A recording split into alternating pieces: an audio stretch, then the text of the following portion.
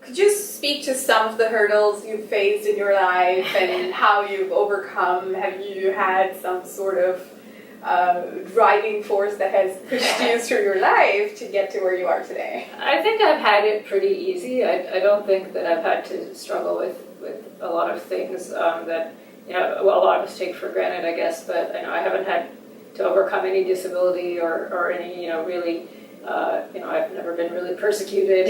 So I think in many ways I've had it pretty easy, growing up in the U.S. and having the supportive parents and an environment in which I could pursue the things that I was interested in pursuing.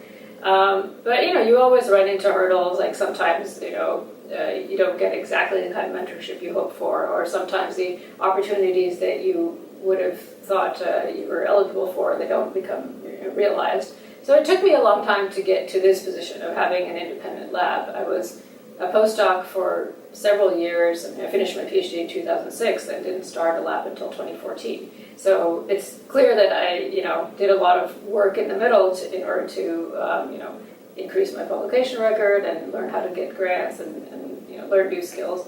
So I think the time it took me to go from being a trainee to being an independent investigator is pretty long, about 7 years from PhD to the current state. But I think that's become more the norm nowadays, and I'm trying to encourage people going into the field to take that into consideration, to realize that it might not come quickly, it might not come at all. A lot of PhDs are now going into different areas, it's great if you know and plan ahead for that. It's not great if you spend 7 years as a postdoc and then decide it's time for a career move. So I try to be realistic with my trainees and with everyone I come into contact with in terms of figuring out what's going to be best for their own individual careers and helping them to get towards those goals.